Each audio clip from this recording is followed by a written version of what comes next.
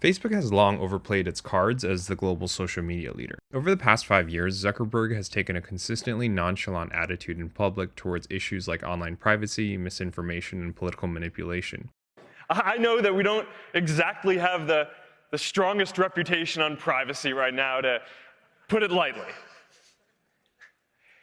But I'm committed to doing this well.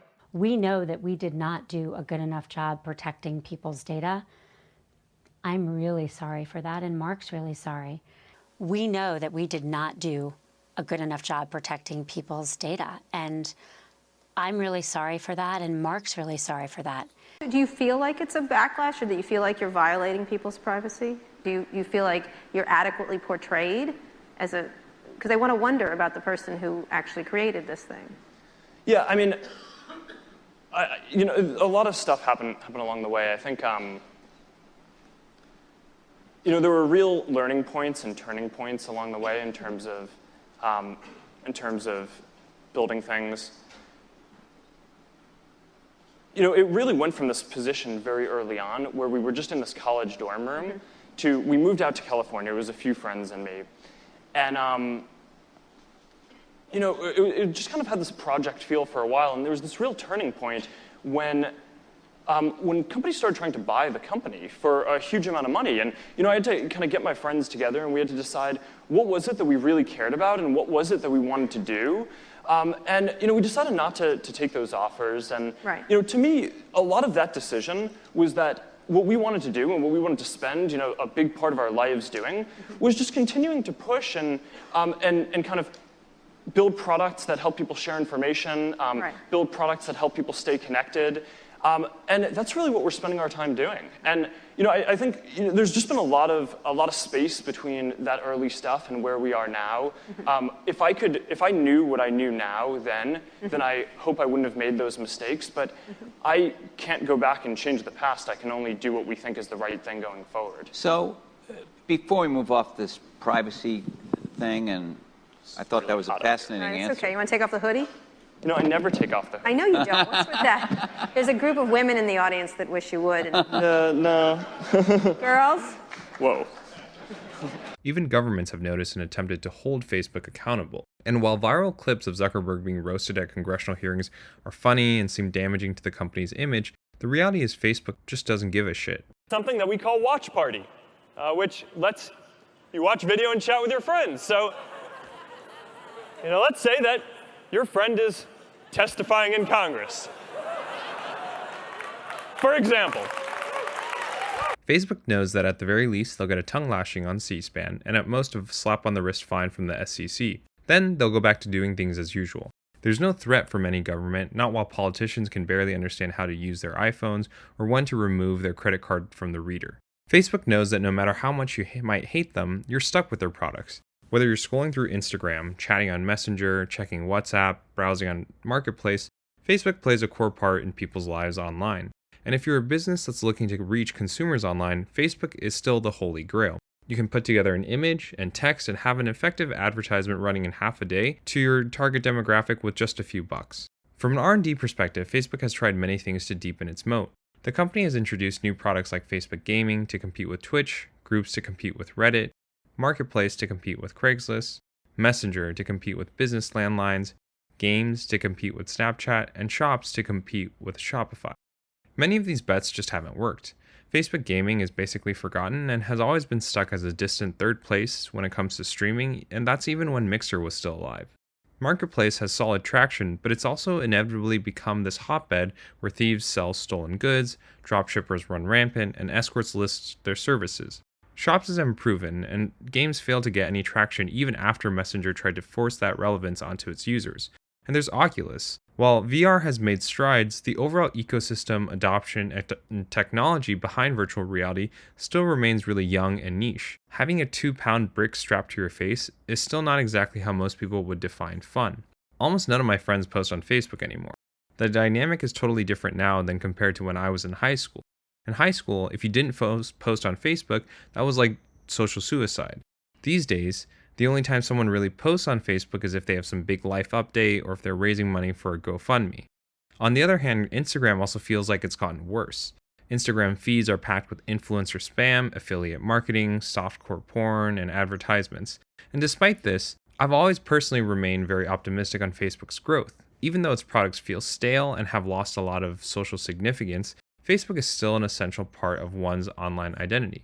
But this year, everything seems to be changing. Facebook stock dropped by 26% in a single day, wiping out $230 billion in its valuation after its fourth quarter earning. It seems like Facebook goes through a new crisis every month, where employees are now stepping out as whistleblowers, political pressures are growing, but most damning of all in the fourth quarter announcement was that consumers are now spending significantly less time on Facebook. For the first time ever, the company announced weaker ad impressions, fewer daily active users, and slowing spending from advertisers. And while the world is still very much stuck in COVID, there's still enough signals to suggest that it's not just you and me. Lots of other people are simply just getting tired of Facebook. The golden era of seemingly endless growth is now over.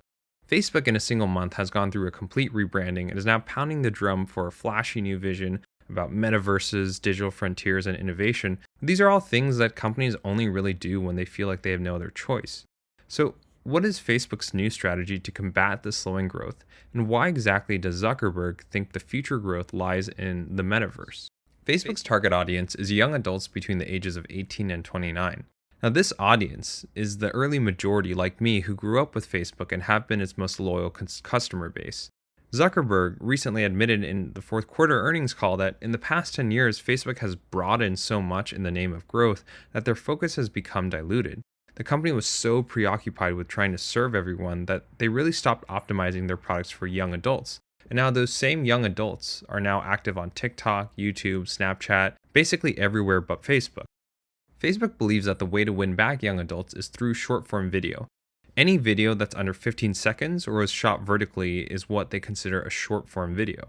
TikTok is clearly the leader in short-form video nowadays, and Facebook knows it has to do work to quickly catch up. In some ways, this entire situation feels like Snapchat and Facebook back in 2017. When Snapchat first came onto the scene, it was largely dismissed as a sexting app that was too tiny and silly to ever be a threat to Facebook.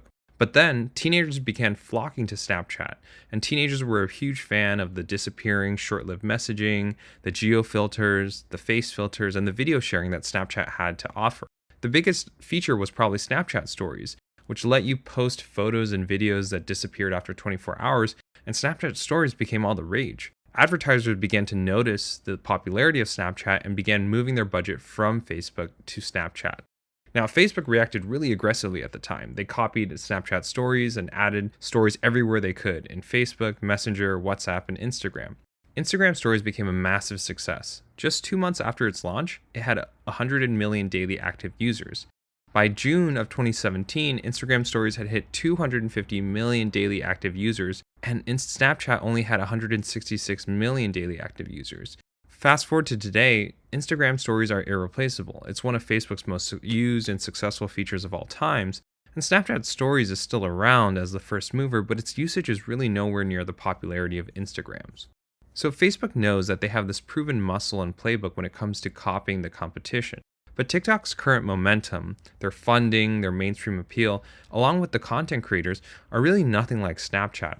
If you really think about it conceptually, Snapchat and Instagram Stories, those are all private, mostly private content that you produce for your friends and the people in your personal network. But when you go to TikTok or even look at YouTube Shorts or other short-form videos that are really popular today, what you find is that it's mostly public content that you share and discuss with your friends. Just like with Instagram Stories, Facebook's plan is to copy TikTok with a new product it's calling Reels. And Reels is currently Facebook's fastest growing content and its biggest engagement contributor. For now, Facebook just wants Reels to focus on user adoption, so they intentionally show very few ads. But once Reels picks up momentums and eyeballs, Zuckerberg's plan is to monetize Reels in the same way as news feeds and stories, where advertisers are now going to be able to slip in their short-form commercials into Reels, just like they do with Instagram Stories. And Zuckerberg is so bullish on short-form videos that he believes that eventually Facebook will show more ads at a higher rate on Reels than on Instagram Stories or Newsfeed. And so Facebook believes it needs to get 3 things right for Reels to beat TikTok. 1, it needs tools that help content creators produce quality short-form videos. 2, it needs algorithms that recommend engaging Reels to viewers to keep people watching. And 3, it needs programs that can help these content creators monetize their Reels. With a more mature advertising network, Facebook believes that they can pay content creators on Reels much faster and in higher amounts than they would ever get on TikTok, which will naturally pull more creators to Reels and away from TikTok over time. The format in which people communicate online has really evolved over the past 18 years of Facebook's existence. When the internet first came about in the early 90s, people mostly communicated through text. In the 2000s, smartphones became popular and phone cameras became mainstream. Then photos then replaced text as the primary format for how people communicate. Fast forward another 2 decades, now that mobile networks are super fast, we've gone from 3G to 4G to 5G, video is now the primary way in which people communicate online. So while short-form video appears to be the next format for the immediate future, Facebook has its eyes set on trying to aggressively win the distant future. Rather than waiting for Google or Apple to create the next format, Zuckerberg wants Facebook to own it entirely. Zuck's big bet here is that virtual reality is going to be the format after video for which people communicate online. Facebook has spared no expense in chasing this bet, and they've invested tens of billions of dollars in cash since 2014 on virtual reality. And while VR tech has been around for decades, it's really only recently that Zuck has been able to put a name on his grand vision. Metaverse. The metaverse. So before we dive into the VR technology and is it compelling or not, I think it's really useful to take a step back and understand why Zuckerberg is so obsessed with winning the next format. Why is Zuckerberg such a shill for virtual reality? Why is he so focused on winning the distant future when Facebook today isn't doing that great? And Facebook today doesn't even do video well. My theory is that Facebook is tired of being a services company. Facebook today is really a software services company. Instagram is a mobile app that's fundamentally an internet service. Facebook is an internet service with a mobile client. WhatsApp is a mobile app that's also basically an internet service. Facebook ultimately has no control over the personal hardware devices and the operating systems, the browsers and search engines that people use on those hardware devices to access its services. To take a step back, what Facebook wants is your personal data. Facebook wants to know you so well that it can predict the things that you want to buy before you even know them yourself. And so then Facebook can give you advertisements for products that you will have a high likelihood of purchasing even though you didn't even know they existed. The central problem that Facebook has run into is that in order to achieve that level of truly personalized advertising, you need an insane amount of personal data. You need to know more than just someone's date of birth, their city, their ethnicity, and their relationship status. You need to know what that person likes, what they don't like, their taste, their lifestyle, their behavior, their routine.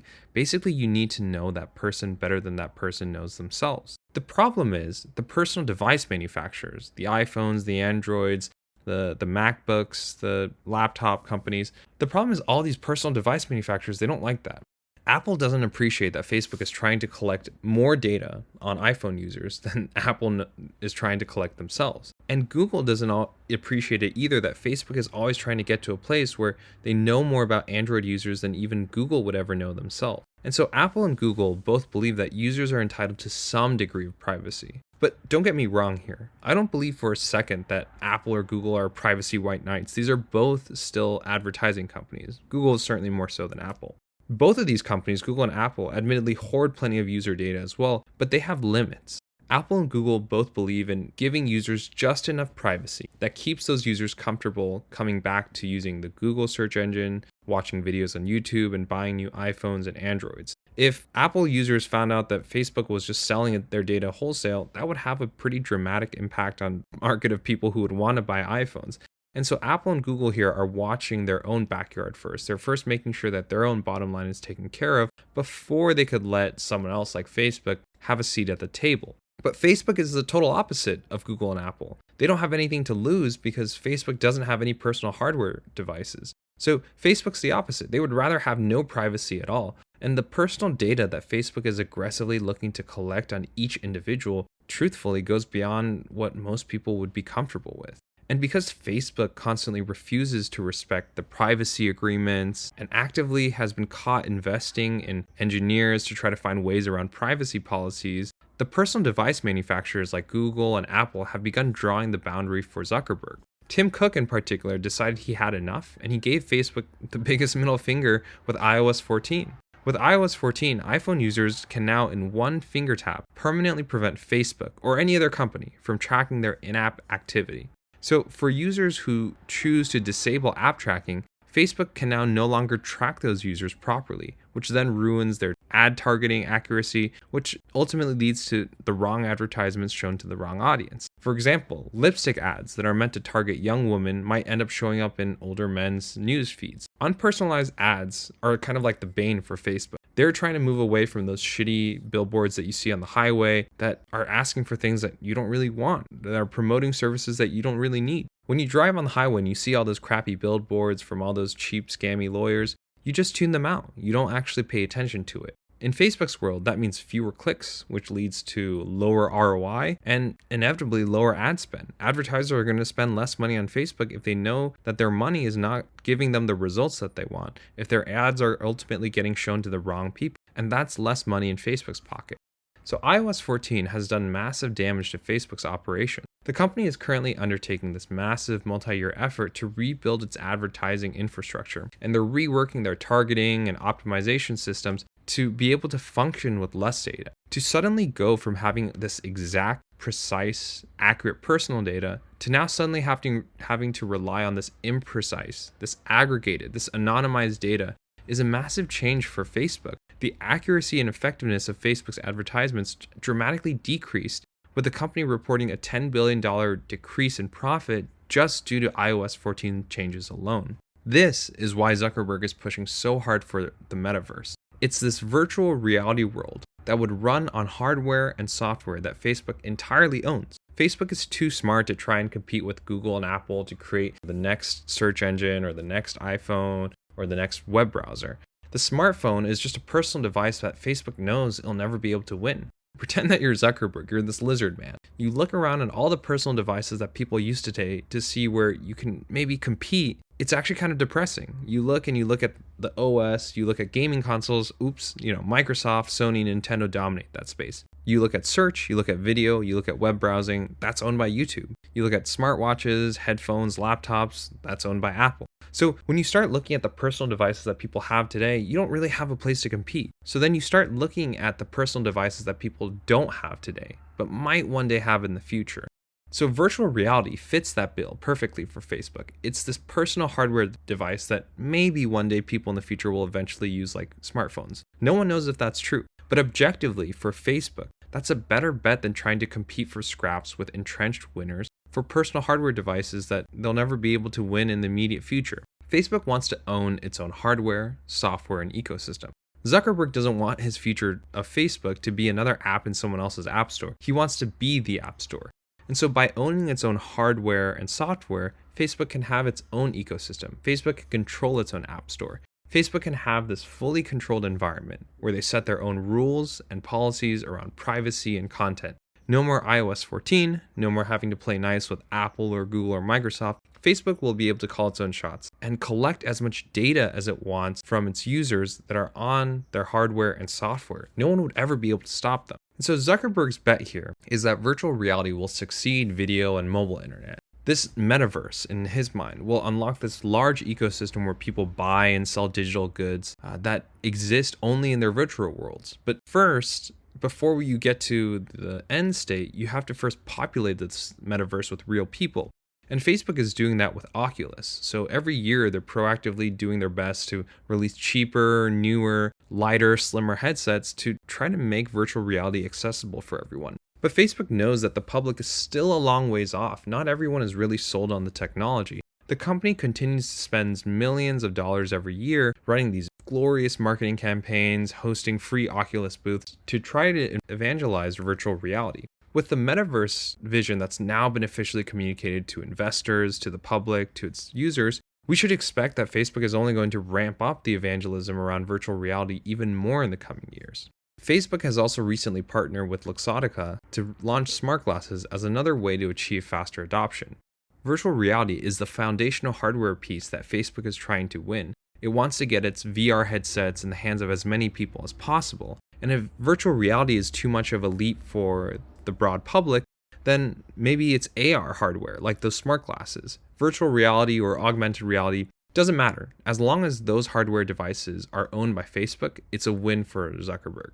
Next comes the software that lives on top of this hardware. Facebook is calling the operating system for the metaverse Horizon, which is this virtual world where people can come and live in. In Horizon, you can choose what you wear and you can buy digital clothing that's made by developers. And to lure people to get closer to the metaverse, Facebook is taking steps to integrate with brands who are bringing their brands to the metaverse, and they're also integrating this vision with their current products. Your 3D Horizon avatar will also now be available in the 2D world of your Facebook, Instagram, and Messenger accounts. So it's all linking.